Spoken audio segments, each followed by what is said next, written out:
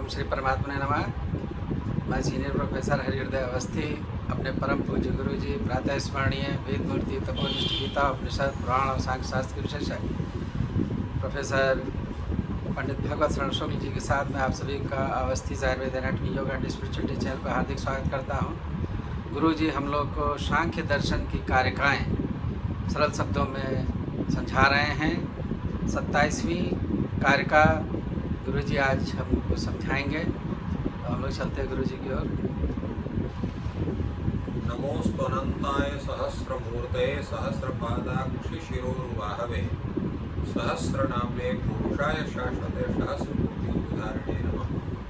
कृष्णाय वासुदेवाय हरये परमात्मने प्रणतक्लेशनाशाय गोविंदाय नमो नमः। इस चैनल से संबद्ध सभी विद्वद्गण, सभी जिज्ञासु छात्रवृंद, सहृदय सज्जनवृंद एवं इस चैनल के संस्थापक तथा प्रबंधक आचार्य हरिहृदय अवस्थी जी, आप सभी का सांख्य शास्त्र के इस विचार परंपरा में स्वागत है।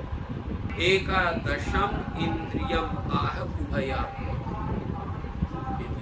एकादश जो इंद्रिय माने 11वीं जो इंद्रिय है उसका परिचय दे रहे हैं उभयात्मक इत्यादि कारिका से। उभयात्मकम अत्र मन संकल्पकम इंद्रियम च साधर्म्यात् गुण परिणाम विशेषान् नानात्वं बाह्य भेदाश्च। तो इस का जो विचार है बड़ा सुंदर इसमें दिया गया कि जो मन कैसा है, उभयात्मकम अत्र मन। जो मन है इसकी गणना कर्मेंद्रिय में भी होती है, इसकी गणना ज्ञानेंद्रिय में भी हो सकती है। दोनों में ये माना जाता है, ये कर्मेंद्रिय भी माना जाता है और ये ज्ञानेंद्रिय ही माना जाता है। क्यों? कहे कि बिना मन के कोई इंद्रिय काम ही नहीं कर सकती। से जो है इंद्रिय मनस संयोग से ही संपूर्ण वस्तु विशेष का परिचय होता है। इंद्रिय बिना मन के संयोग से तत्त इंद्रिय अपने कार्य को संपादित नहीं कर सकती हैं, इसलिए सभी के साथ मन का योग होना आवश्यक है। और ये कैसा है? संकल्पकम। ये संकल्पक है, संकल्प करता है। संकल्प इसके द्वारा होते हैं, जो भी किसी भी तरह का जो संकल्प है वो संकल्प मन के द्वारा इसको ऐसे करना चाहिए, इसको ऐसे करना चाहिए, हम इसको ऐसा करेंगे इत्यादि संकल्प इसके द्वारा मन के द्वारा। और ये इंद्रियों के सजातीय है, ये भी इंद्रियों से संबंधित इंद्रियों की तरह है, तो साधर्म्यात् इसको इंद्रिय भी कह रखा है। और गुण परिणाम विशेषात् नानत्वम्। और एक दूसरी बात इसके साथ ये है कि गुणों के विशिष्ट परिणाम अर्थात धर्म अधर्मात्मक जो अदृष्ट कारण है उनके कारण भी इसमें नानात्व है, नाना प्रकार इसके स्वरूप होते हैं। और इसके बाह्य भेद भी हैं, विविध बाह्य पदार्थों से भी उत्पन्न होता है। जैसे एक विध अहंकार, सात्विक अहंकार से विविध इंद्रियां उत्पन्न होती हैं, वैसे बाह्य पदार्थ तन्मात्रा से जैसे उत्पन्न वैसे ही ये भी उत्पन्न होता है। तो गुण परिणाम विशेष का यहाँ पर धर्माधर्म अदृष्ट रूप से उसका विचार हुआ। तो इस तरह से इसका विचार मन का है। आगे इसी पर विचार करते हैं आचार्य वाचस्पति मिश्र कहते हैं अत्र एकादशसु इंद्रियेषु मध्ये मनः उभयात्मकम। इन 11 इंद्रियों के विषय में जो मन है वो उभयात्मक है, बुद्धिन्द्रिय भी है और कर्मेंद्रिय भी है। चक्षुरादीनां वागादीनां च मनोधिष्ठितानामेव स्वविषयेषु प्रवृत्ति। क्योंकि चक्षुरादि जो इंद्रिय है और वाक् पाणपादि इत्यादि जो ये कर्मेंद्रिय हैं, जब तक मन का संयोग इनके साथ नहीं होता है तब तक ये इंद्रियां अपने अपने विषय का ग्रहण नहीं करती हैं। और इसका असाधारण लक्षण बताया गया मन का, तत् असाधारण रूपेण लक्ष्यति संकल्पकम अत्र मना। यह जो मन है इसको हम कैसे जानते हैं कि ये मन है? तो संकल्पेन रूपेण मनः लक्ष्यते। संकल्प रूप से मन को लक्षित किया जाता है, ज्ञाता जाता है, जाना जाता है। आलोचितम इंद्रियेषु वस्तु इदम। क्योंकि इंद्रियेण आलोचितम वस्तु, इंद्रियों के द्वारा जो आलोचित वस्तु है वही है मन है। और इस प्रकार वो जो है सम्बुद्धम इदमेवं नैवम, तो अब वो संकल्प क्या करता है, इदम सम्मुग्धम इदम एवं नहीं, यह सम्मुग्ध है, यह ऐसा है, यह ऐसा नहीं है, इस प्रकार वो परिकल्पना करता है। संकल्प का सम्यक कल्पयति संकल्प। सम्यक कल्पना क्या होती है, विशेषण विशेष भावेन विधेयत विवेचयत, ये विशेषण विशेष भाव से यह विवेचन करता है। जैसे यहाँ पर किसी ने कहा है सम्मुग्धम वस्तु मात्रम तो प्राग्रहण्यंत्य विकल्पितम तत्सामान्य विशेषाभ्याम कल्पयन्ति मनीषिण। क्योंकि सामने जो वस्तु है पहले हम क्या करते हैं, उसका सामान्य रूप से ग्रहण करते हैं, वो ये कैसी है कैसी नहीं है इसका ज्ञान हम नहीं करते हैं। और पश्चात जो है उसका इसमें कौन सा विशेषण है कौन सा विशेष है, यह जो घड़ा दिखाई पड़ रहा है ये पीला घट है कि लाल घट है कि नीला घट है कैसा घट है, ये बाद में ध्यान होता है। पहले हमको क्या ध्यान होता है, घट है, घट इत्याकारक बुद्धि होती है। और जब उसके हम समीप में जाते हैं तो ये रक्त घट है या पीत घट है या जो है नील घट है, ऐसा हमको बाद में विशेषण विशिष्ट ज्ञान होता है। तो सम्मुग्धम वस्तु मात्रम तो प्राग्रहणंति अविकल्पित अविकल्पित वस्तु अकल्पित रूप से उस वस्तु मात्र का ग्रहण होता है। उसके अनंतर सामान्य विशेषाभ्याम मनीषा कल्पयन्ति, फिर सामान्य विशेष रूप में कल्पना करते हैं। जैसे कि दर्शन शास्त्र में अन्यत्र भी कहा गया है कि सर्वप्रथम जो ज्ञान होता है निर्विकल्पक ज्ञान होता है, और उसके पश्चात जो ज्ञान होता है उस सविकल्पक ज्ञान होता है। तो निर्विकल्पक और सविकल्पक ज्ञान का जो मुख्य हेतु है वो मन है।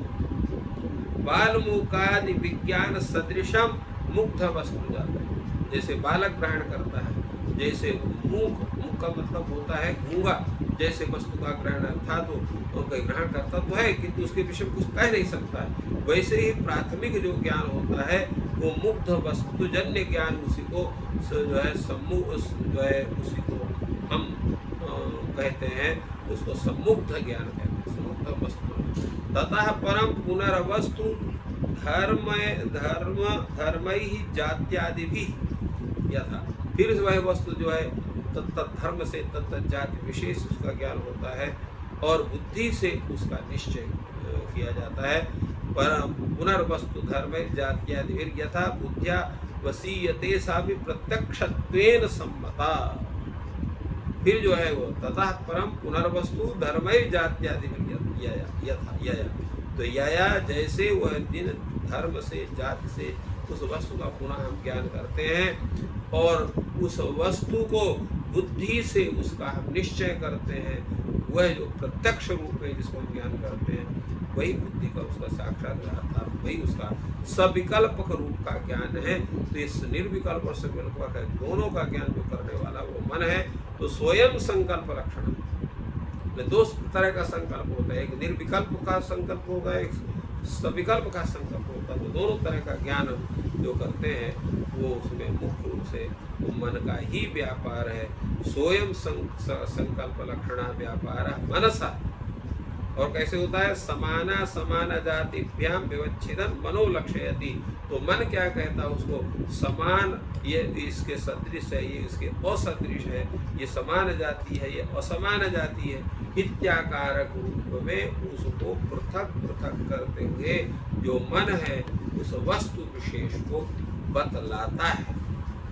और इस पर आगे की चर्चा करते हुए आचार्य वाचस्पति मिश्र कहते हैं, स्यादेत साधारण व्यापार योगिनो यथा महदंकारो नेन्द्रियम एवं मनोप्य साधारण व्यापार योगी नेन्द्रियम भवितुमर्हति अतः इंद्रियम च। वह असाधारण व्यापार योगी असाधारण व्यापार के संबंध को प्राप्त करने वाले जैसे महत तत्व है, अहंकार तत्व है, जैसे ये इंद्रिय नहीं कहे जाते हैं, वैसे मन भी असाधारण व्यापार से संबद्ध होने के कारण इसको इंद्रिय न माना जाए। जैसे महत तत्व अहम तत्व ये इंद्रिय नहीं है क्योंकि असाधारण व्यापार से संबद्ध होते हैं, वैसे मन भी असाधारण व्यापार से संबद्ध होता है, इसको भी इंद्रिय न माना जाए। तो कहते भाई ऐसा नहीं है, इंद्रियम चाहिए इंद्रिय क्यों है, क्योंकि इसमें साधर्म्य है। इंद्रियों का साधर्म है। ये इंद्रियांतरैः सात्विकाहंकारोपादनत्वं च साधर्म न तो इंद्रिय लिंगस्थम। तो कहे साधर्म है क्या? कहे अन्य इंद्रियों के साथ जो सात्विक अहंकार से अहंकार जो जिस जैसे अन्य इंद्रियों का सात्विक अहंकार उपादान माना जाता है, वैसे मन का भी जो है उपादान सात्विक अहंकार माना जाता है। इसलिए ये जो है इंद्रियों के साथ सामर्थ्य होने के कारण यह इंद्रिय का जो है लिंग नहीं होता है, परंतु न तो इंद्र लिंगत्व में इंद्रों से इंद्र का इंद्रलिंगत्व नहीं है, ये पृथक है। महदंकारयोः अपि आत्मलिंगत्वेन इंद्रियत्व प्रसंगात। अन्यथा अगर इनको आत्मलिंग मानते हैं तो ये जो है महत और अहंकार के समान ये भी आत्मलिंग होने से ये इंद्रियत्व मान लिए जाएंगे। तस्मात् व्युत्पत्ति मात्रम इंद्रलिंगत्व, व्युत्पत्ति मात्र इसका इंद्रलिंगत्व है, प्रवृत्ति निमित्त इसका स्वरूप नहीं है। अर्थात व्युत्पत्ति हम उसको, क्योंकि शब्दों के दो स्वरूप होते हैं, एक व्युत्पत्ति मात्र, एक प्रवृत्ति निमित्त। तो व्युत्पत्ति लभ्य अर्थ और प्रवृत्ति निमित्त अर्थ। तो इंद्रिय रूप का जो इसका अर्थ है प्रवृत्ति रूप अर्थ नहीं है। व्युत्पत्ति मात्र शब्द जो है इसका इंद्रलिंगत्व अर्थात इंद्रिय इसको कहा जाता है। व्युत्पत्ति के आधार पर, प्रवृत्ति के आधार पर नहीं कहा जाता। आगे विचार करते हुए वाचस्पति मिश्र कहते हैं, अथ कथम सात्विक अहंकारात् एकस्मात् एकादश इंद्रियाणि इत्यतः गुण परिणाम विशेषा नानात्वं बाह्य भेदाश्च।